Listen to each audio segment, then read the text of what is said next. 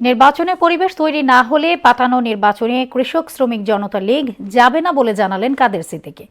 এদিকে পতিত শক্তি বাংলাদেশকে অস্থিতিশীল করার পাশাপাশি নির্বাচন বানচালের চেষ্টা করছে অভিযোগ করলেন এনসিপির আহ্বায়ক নাহিদ ইসলাম। সকালে সাভারে জাতীয় স্মৃতিসৌধে বিজয় দিবস শ্রদ্ধা নিবেদন শেষে এসব কথা বলেন তারা। নাহিদ সিরাজের নিম্নের প্রতিবেদন।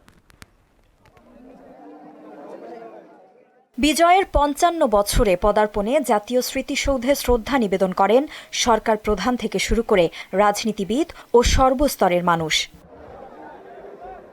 এ সময় কৃষক শ্রমিক জনতা লীগের সভাপতি বঙ্গবীর কাদের সিদ্দিকী জানান, নির্বাচনের পরিবেশ সৃষ্টি না করে কোনো পাতানো নির্বাচনের ফাঁদে তার দল পা দেবে না। অধ্যাপক ইউনূসের সরকারের যে কর্মকাণ্ড দেখছে, যাদেরকে নিয়ে উনি ওঠেন বসেন, তারাই বাংলাদেশ না, তারা বাংলাদেশের হয়তো 25 ভাগও না।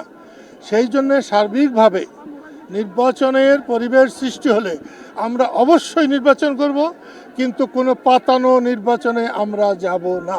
আর পতিত শক্তি বাংলাদেশকে অস্থিতিশীল করার পাশাপাশি নির্বাচন বানচালের চেষ্টা করছে বলে অভিযোগ করেন জাতীয় নাগরিক পার্টির আহ্বায়ক নাহিদ ইসলাম। যারা পতিত শক্তি, ফ্যাসিস্ট শক্তি, তারা বাংলাদেশকে অস্থিতিশীল করার জন্য নানান অপচেষ্টা চালাচ্ছে, নির্বাচনকে বানচালের চেষ্টা চালাচ্ছে। বাংলাদেশের মানুষ এখন চায় স্থিতিশীলতা, আইন শৃঙ্খলার স্বাভাবিক পরিবেশ। এদিকে দেশ অস্থিতিশীল করতে ফ্যাসিস্টরা গুপ্ত হত্যা চালাচ্ছে বলে দাবি করেন ঢাকা 10 আসনের সম্ভাব্য স্বতন্ত্র প্রার্থী আসিফ মাহমুদ সজীব ভুঁইয়া। পরাজিত শক্তি বাংলাদেশকে অস্থিতিশীল করার জন্য, দেশের ভিতরে প্যানিক ছড়ানোর জন্য এবং যেই ফ্যাসিবাদ বিরোধী আন্দোলনের যত রাজনৈতিক দল আছে তাদের মধ্যে বিভাজন তৈরি করার জন্য এই ধরনের গুপ্ত হত্যা চালাচ্ছে এবং আরও অনেককে গুপ্ত হত্যার হুমকি দিচ্ছে।